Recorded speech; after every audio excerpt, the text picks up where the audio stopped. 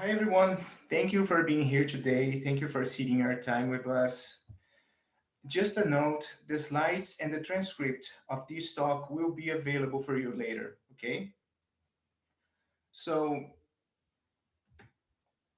let me set this pointer here. Oh, this is nice. Okay, so as you already know, as you already heard, I'm Alex. I graduated in mathematics. I got my master and PhD degrees in Brazil and worked as a researcher in Brazil and in Germany before coming to the US, and my native language is Portuguese. So our group at BIDS has very different backgrounds, and let me invite my colleagues to share their experiences as well.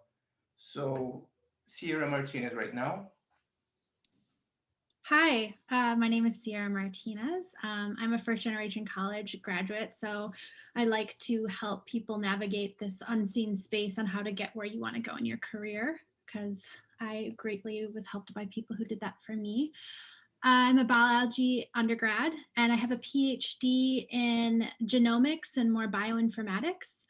And I just fell in love with data science while doing my research. So my interests right now are genomics, image analysis, machine learning, data management, and data visualization. Pretty much the whole spectrum of data science I have interest in. So that's me. Thank you, Sierra. Now, Adam Anderson.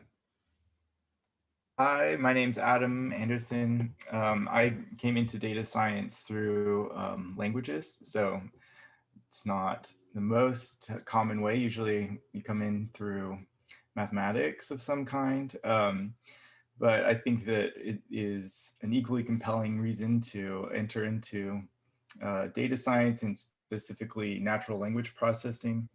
I work with the modern and ancient languages of the Middle East and the archaeological contexts that a lot of the cultural heritage from this region is found and can be worked with in order to restore and recover historical objects and the kind of interesting social and economic dynamics that are at play as well. And I think that by looking at this data set, I found it really useful for understanding our modern world as well and how we can apply tools for really specific purposes of data forensics with ancient objects.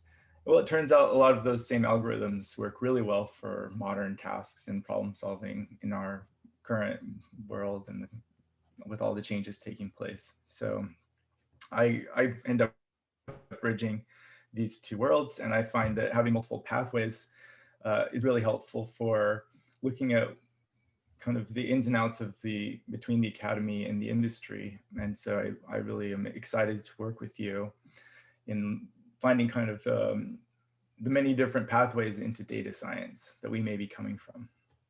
Thank you. Thank you, Adam. Now, Miriamvarath.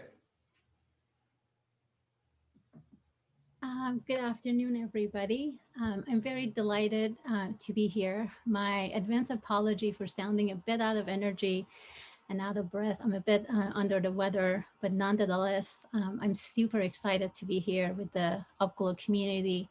Thank you for having us. My name is Miriamvarath. I lead the data science research in health and life sciences at Berkeley Institute for Data Science. I'm also the founding co-director of Innovate for Health Initiative, which is a joint collaboration between UCSF, UC Berkeley, and Johnson & Johnson. This partnership was specifically designed to offer experienced data science practitioners from industry a path to take on a translational research project over 2 years, tackling unmet needs in healthcare. So through this program, we aim, one, to break down silos and build bridges between domain experts, being clinical, methodological, and entrepreneurial, and data scientists right from the start, so we can properly and effectively use advances in AI to harness the power of UC Health. And two, to develop leaders who will transform healthcare by applying data science tools and techniques to solve unmet needs for patients, providers, institutions, and industry. I really do hope that some of you will join us as a data scientist in near future and help us to realize our vision for the future of healthcare. In terms of my educational background, I was a math major in high school in Iran. I received my bachelor and master's training in electrical engineering and computer science at UC Berkeley. My focus area was in signal processing and wireless communication. I have held position as an engineer in an R&D division of National Semiconductor, working on wireless sensor technologies, such as Zigbees for application of indoor localization.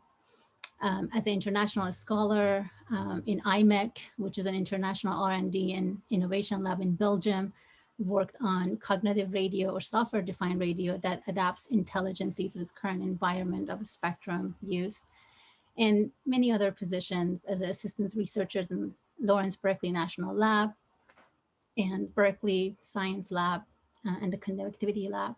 As you can see at that point, my background was mostly theoretical, and from a system engineer perspective, I was sort of operating in this intersection of software and hardware. My PhD, however, was through a joint UC Berkeley, UCSF bioengineering program. So the main goal of my PhD was to provide a fast and reliable method for obtaining high quality metabolic data as part of a standard clinical MRI examination in order to help clinicians make better informed decisions about the management of patients with brain tumor. So my experience here allowed me to sort of bridge a traditional engineering and research skills with medical application and to realize the power behind data-driven medicine. You know, medical diagnostic and treatments are fundamentally a data problem. So that was my entry to the world of data science. You know, turning medical images, lab tests, genomics, patient history into an accessible, clinically relevant insight. It requires collaboration between traditional domain of biomedical research and data science specialties like machine learning and deep learning. So I continue my work as a postdoctoral fellow and then later on as associate researcher in the Department of Radiology and Biomedical Imaging. And this path eventually led me to a dual appointment between UCSF and UC Berkeley, and I joined the BIDS community. Um, so I am an engineer, researcher, and data scientist. I have belonged to many communities, and as a result, I have learned to speak many different professional languages. In fact, my close collaboration with other engineers, scientists, clinicians, and other professionals is what makes my job very interesting and rewarding. And I'm really looking forward to chatting with you a little bit more and hopefully being able to recruit some of you guys to join us. And with that, I will hand it over to Alex to continue. Thank you, Mariam, and thank you all. Thank you, everyone. Okay, here we have several multinational companies, right? They operate in different areas, they have different profiles, but all of them have something common. They all are hiring data scientists. How can these professionals be so versatile that they are able to work in such different places? To think on that question, let's try to give an overview on data science. First, we will discuss what a data scientist does, then what tools a data scientist uses, and what do companies want from them these days. Okay, in part one, let's discuss the first question. What does a data scientist actually do? First of all, let's give a definition of what is data science. There are lots of different definitions out there, and you will see people disagreeing about what data science actually is, or if it exists at all. So let's try to define it simply and generally enough to fit our discussion today. Okay, data science is the practice of using data to try to understand and solve real world problems. Based on that definition, we can say that the data scientist is the professional that treats, organizes, and presents data in a way that the company can make assumptions, solve issues, and improve their business. So, companies are using data science to solve problems and bring value to their operations. But what kinds of problems are these? What does a problem in data science look like? Let's see some examples. One example is Artemis, a tool created by the Global Emancipation Network in partnership with Accenture. Artemis is a content classifier built to analyze data from public records, online review sites, forums, and so on. The system uses an engine to attribute a risk score after analyzing the data. The indicators generated are using to identify subjects that are most likely to be involved in human trafficking activity. Okay, um, another example is the Netflix prize. In 2006, Netflix gave $1 million for the group that could improve their recommendation system by 10%. For that, they made available a part of their data at that time, over 100 million ratings of more than 17,000 movies, given by more than 480 customers. This is a great example of data scientists using machine learning to create a model that will be used in large scale. There's also Bayer's example. They use drones, satellites, and remote sensors to monitor the health of their crops, soil conditions, temperature, nitrogen utilization, and more. And this data is used to control different systems to smart irrigation, for example, in a process that's called precision agriculture. And of course, they need data scientists to process all the data. From these examples, from the previous examples, you can see that data science can be applied in very different contexts to solve very different problems. As a last example, I would like to recommend any talk from Professor Rosling. He saw the difficulties that countries were having when trying to organize global data and make decisions for issues like hunger, global warming, and availability of drinking water. To improve access to data and to fight some misconceptions people have about the world, he created a nonprofit organization called Gapminder.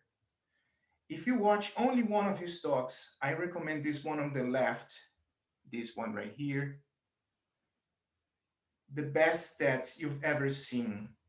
The ideas and insights he presents from global data here are great, and the visualizations and graphics are a huge bonus as well. This talk shows what data scientists can expect to find in their work, the challenge of getting raw data from different sources and analyzing it to create a cohesive story.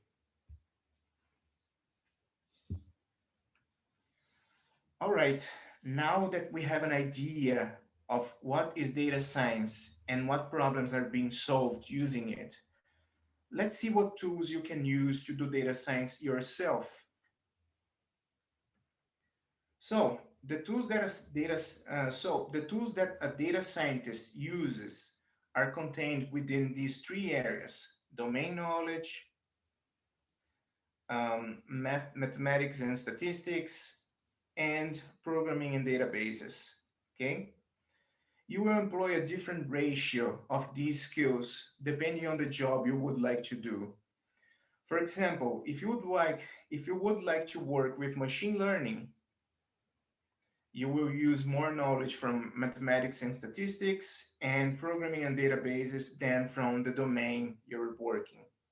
Okay? Today we will focus on tools related to programming and databases, and we will also discuss the types of data science jobs, decision science, machine learning, and analytics in the third part of this talk. So, the basic tools. I'm saying basic here in the sense of foundational tools that will be used in most data science positions. Okay? So, these tools are Python, R, SQL, and version control. Of course, these tools are not the only ones for this job, and this list is far from complete in that sense.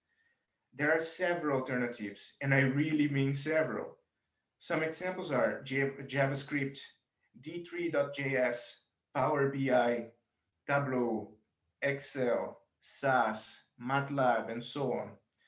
However, I pointed out Python, R, SQL, and version control because they are the most used in the market these days.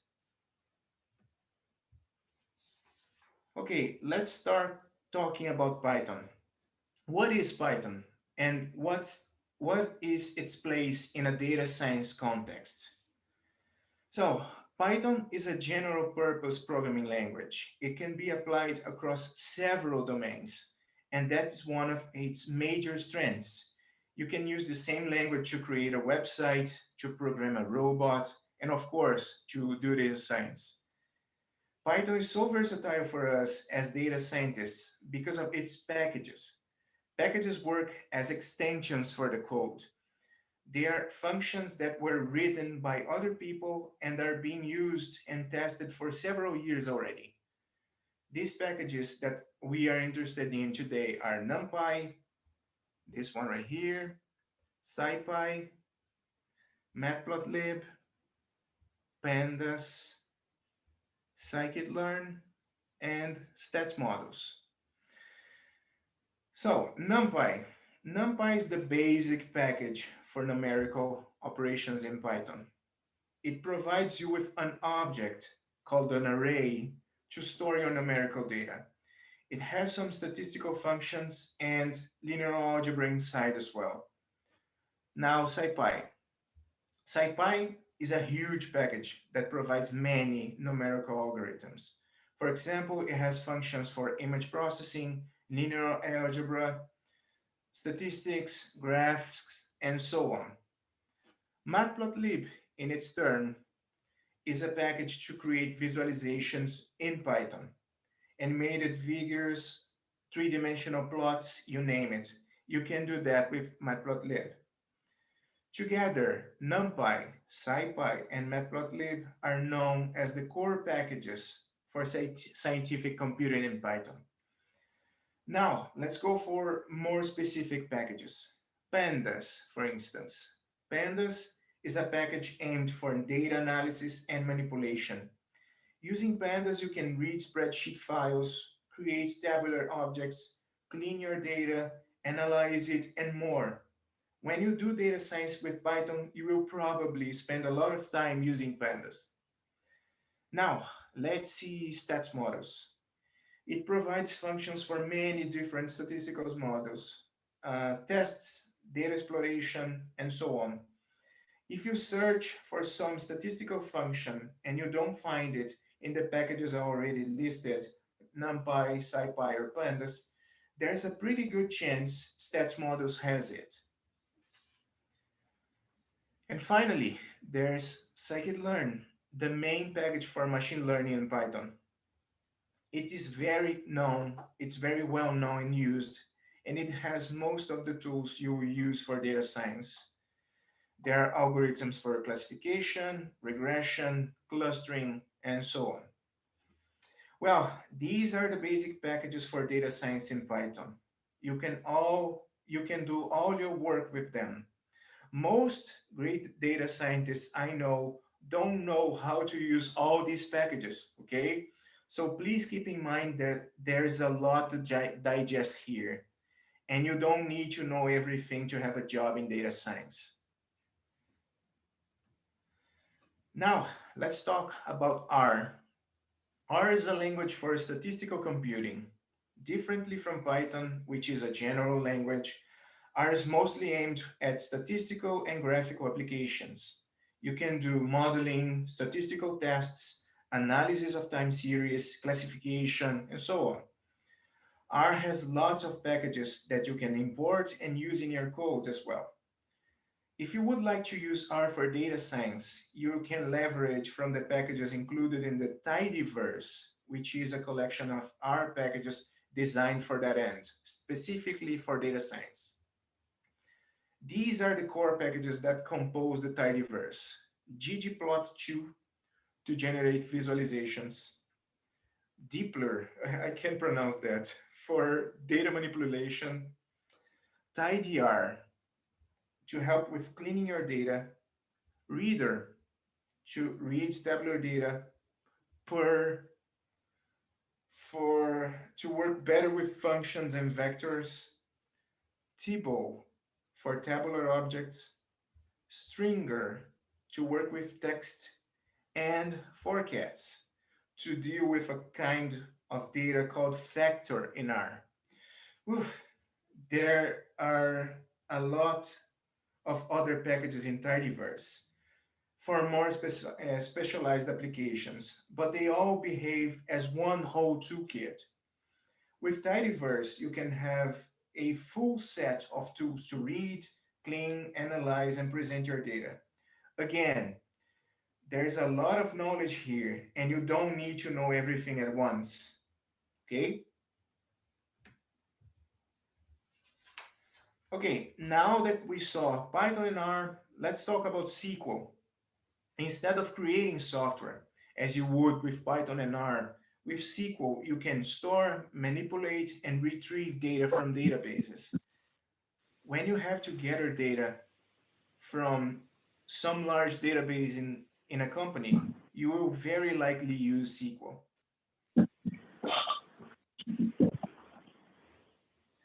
There are several dialects of SQL. Here I am listing three of them: SQLite, PostgreSQL, and MySQL. If you learn SQL, you'll be able to use most databases independent of the dialect. Now, version control. Version control is a very important tool. With version control, you can track changes in your code. So if you do something wrong, you can always come back in time to, to some point where the code was working properly. Also, when you're working with teams, version control takes care of the files, so several people can work on the same file and no one will delete code from someone else. The most used version control system is called Git. This is the symbol of Git. You will see it everywhere. There are several platforms that provide Git services for the cloud. And the most famous one nowadays is GitHub, this guy here. There are alternatives like GitLab or Bitbucket, for example. But if you know how the system Git works, it doesn't matter much what platform you use for your job: GitLab, Bitbucket, GitHub. The basic commands, terms, and features are the same in all of the platforms that have Git as its basis, okay? So, what do we suggest?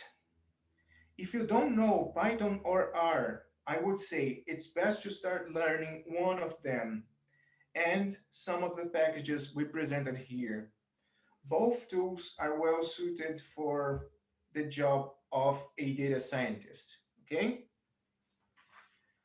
This table here shows where you should consider Python or R for your work. In summary, if you would like to work on deep learning, which is, roughly speaking, a more potent form of machine learning, or to integrate your models with other code, Python is the language to use, okay? Now, for more specific statistical models or to create dashboards very easily, it's best to use R. If you know some Python already, or depending on the area you would like to work, it would be worth it to learn some R. R has specific tools for statistics that may not be available for Python yet. So some companies in healthcare, for instance, or pharma may prefer R. Okay? Just to reinforce the idea on why to use Python and R, we have this data from Birchworks released last year. They're doing this research on the tools data scientists prefer since 2014, okay?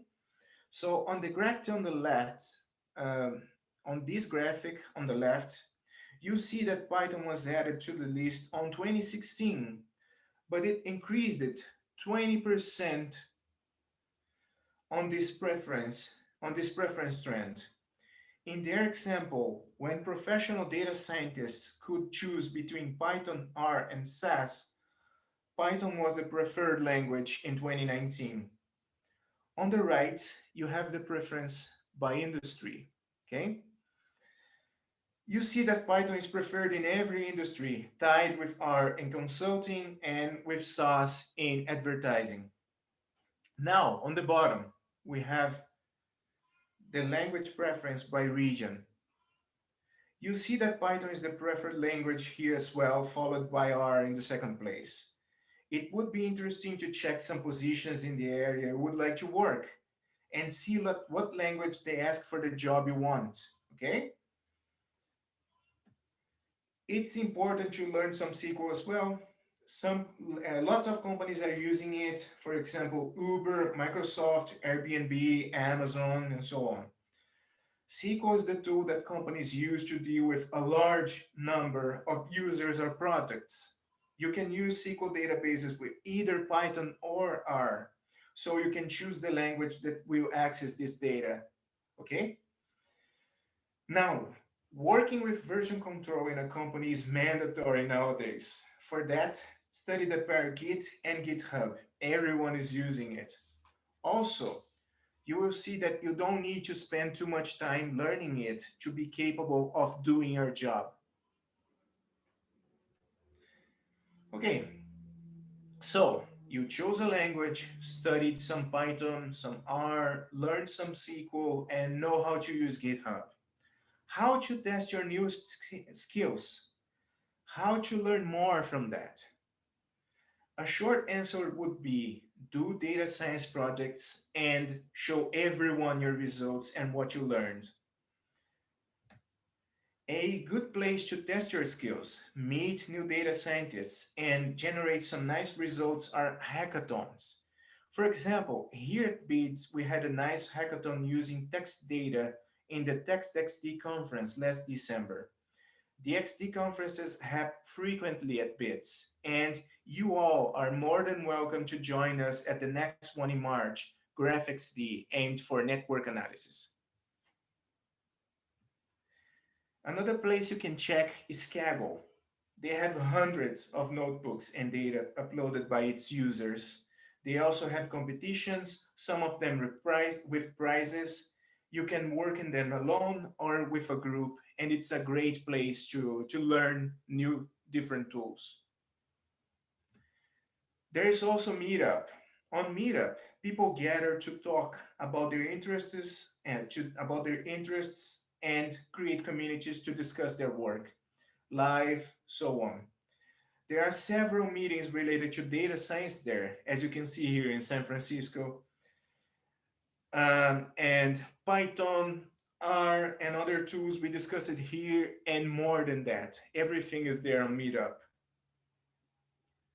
To finish, you can gather all new knowledge you have and start a data science blog. This will make you and your work more visible, and the blog will be seen as part of your work portfolio as well. At the end, you will learn how to communicate your ideas more clearly when discussing your work, and also outline how your working process happens. So the companies will learn how you approach specific issues. On your blog, you can practice explaining the results you had from some experiment in Kaggle or present something you learned at a meeting you had on Meetup.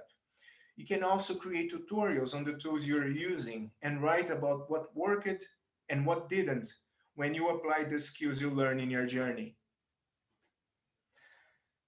All right, now we reached what I think is the part that interests you most, right? What does the market want? Or in other words, what should I search for when looking for a job? Let's see now what kinds of jobs are available for a data scientist. There are three main areas: analytics, machine learning, and decision science.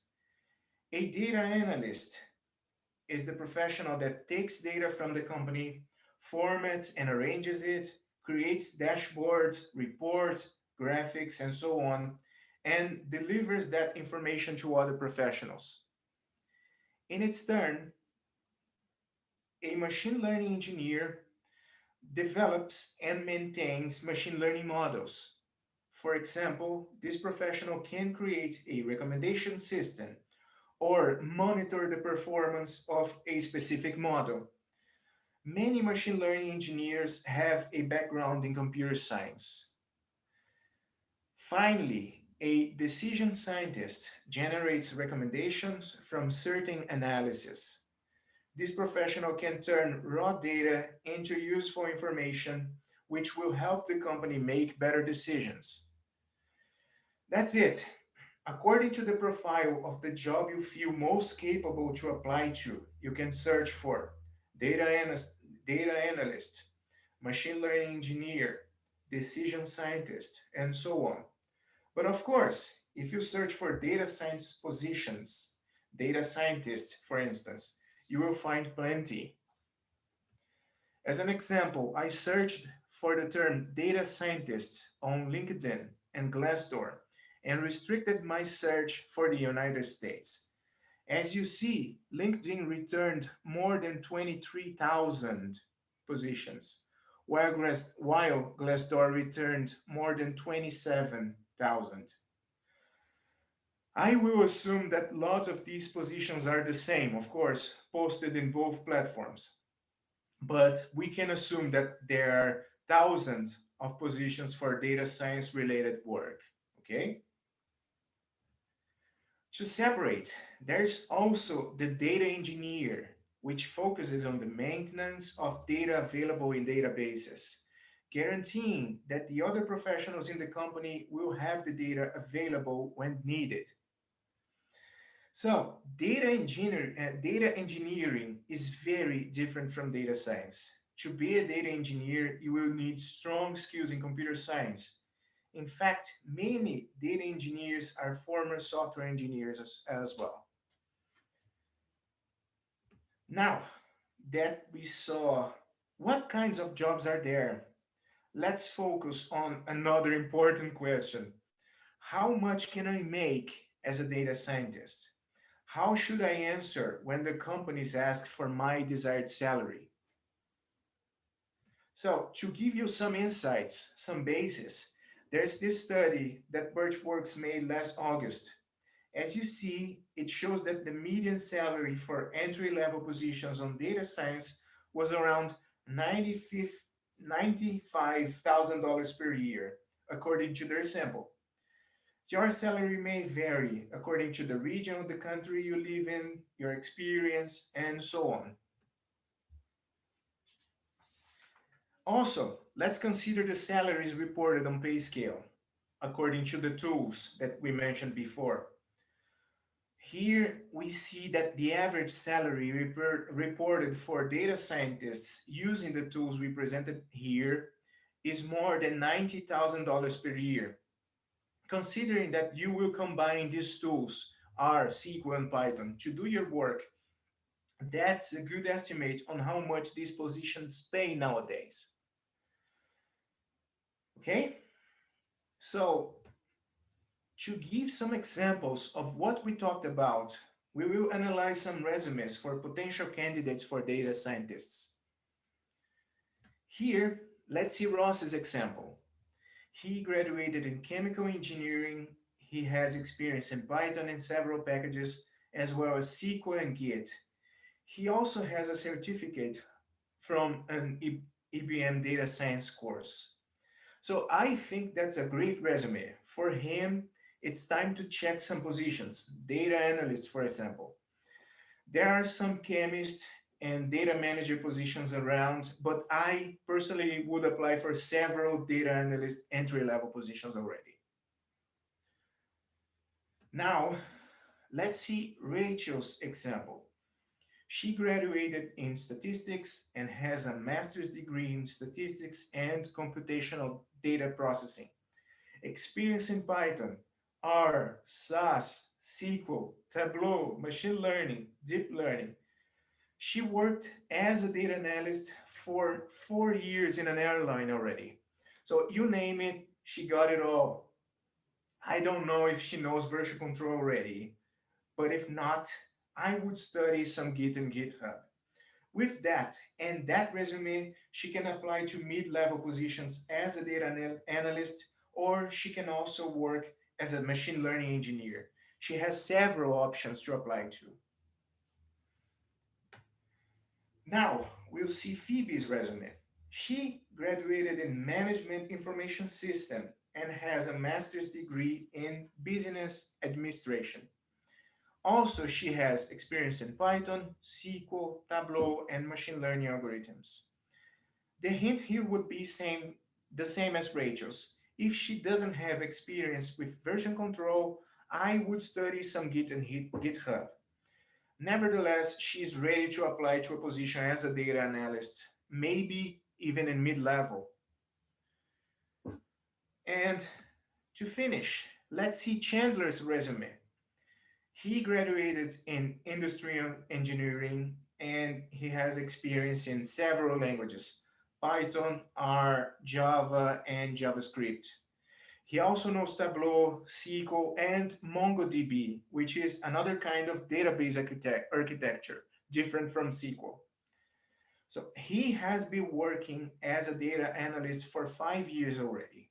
He didn't present in his resume any knowledge in Git as well. So please, people, study some Git, everyone, and put that in your CVs, please, okay? So I think that he is interested in another job at this point. So maybe he could try a mid-level position as a data analyst in another company. Okay? So, well, we are reaching the end of this webinar. And to finish, let's come back to my background, okay? At the beginning of our presentation, when I presented my background, I'm sure it seemed very linear, right? So I started my studies in Brazil, then I went to Germany, came back to Brazil, and now I'm here. So it seems seamless, right? So now, if I may be honest, it's not like that at all. I am also a first generation college student. I applied for 2 years to start my undergrad. I was not admitted at my first application, and then I tried again. I applied to 3 master's programs, and I was rejected in 2 of them. I tried again. I was accepted provisionally in the third one, and at that time, I had several personal issues to handle, and at the end, I didn't qualify to continue there. Then I came back to my hometown. I studied for a year and I became a substitute teacher at a high school to make ends meet. I applied to a master's program at the university where I got my undergrad degree and I was accepted. There I obtained my master's and my doctorate degree as well. It was easier to enter the PhD program since everyone knew me from the master's one. At the end of my PhD, I wrote 5 different projects for a postdoctoral position. I had issues and rejections with the first 4. The fifth one, lucky me, was the best one. They paid me 1 year to set up a cooperation between Germany and our group in Brazil, and it was great. So when that position was ending, I started to apply to different ones. I applied to around 60 positions, no joke. From those 60 applications, I had 4 interviews. Then, from those interviews, I got this position at BIDS. I was working previously with a researcher in a Python project since 2016, and he was working here. That, of course, was very helpful for me. So let me say, in that sense, I can't recommend meetups enough. Go meet people that are working in the area already, make meaningful connections. Knowing people that went through what you are going right now will be as valuable as learning a new tool, maybe more. So, bottom line, when you feel ready, apply for several positions. When you feel you can be a good fit for a position, please apply. You can have 100 no's or even more than that. But when your yes comes, they won't matter anymore. Okay? So here at the end, I've listed several resources I used for this talk. Please check them to learn more about the tools that we presented today. We also try to add some books and courses that you can access free of charge. Okay? And that's it for today. As I said in the beginning, the slides and the transcript of this talk will be available for you later. Thank you, UpGlo, for the space. Thank you, Accenture. And thank you all again for being here.